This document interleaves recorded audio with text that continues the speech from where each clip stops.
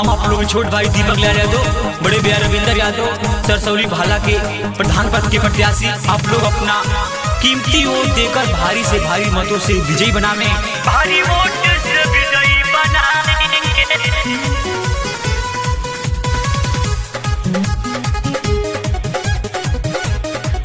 सुना चाची हो, सुना चाचा हो, हाथ जोड़े ले हाई बाचा हो, हाथ जोड़े ले हाई बाचा हो।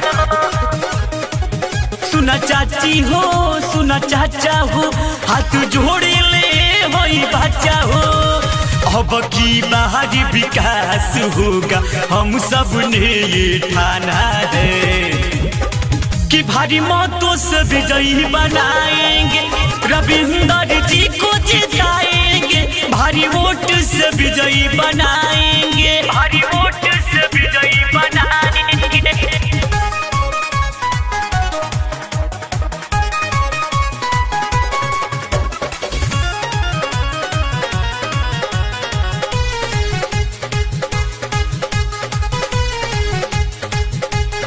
सबको मिलेगा आवास पेंशन, दूर होगा गरीबों का टेंशन, दूर होगा गरीबों का टेंशन। सबको मिलेगा आवास पेंशन, दूर होगा गरीबों का टेंशन। बन के गरीबों का आए हैं मसीहा, चोरी बेईमानी मिटाएंगे, भारी मतों से विजयी बनाएंगे, भारी वोट से विजयी बनाएंगे, रविंदर जी को जिताएंगे, भारी वोट से विजयी बनाएंगे, रविंदर जी को जिताएंगे, भारी वोट से विजयी बनाएंगे, भारी वोट से विजयी बनाएंगे।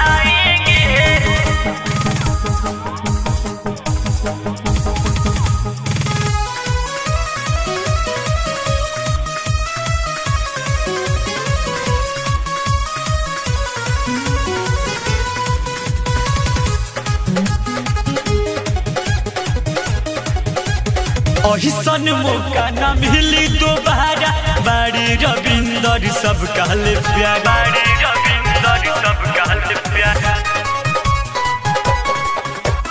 अहिसन मौका न मिली दोबारा, बड़े भैया सब कहले प्यारा। जो होगे सह कमल से अंगद दीपक भी साथ में आएंगे, आएंगे, भारी वोट से विजयी बनाएंगे, भारी मतों से विजयी बनाएंगे, रविंदर जी को जिताएंगे, भारी वोट से विजयी बनाएंगे, रविंदर जी को जिताएंगे, भारी मतों से विजयी बनाएंगे।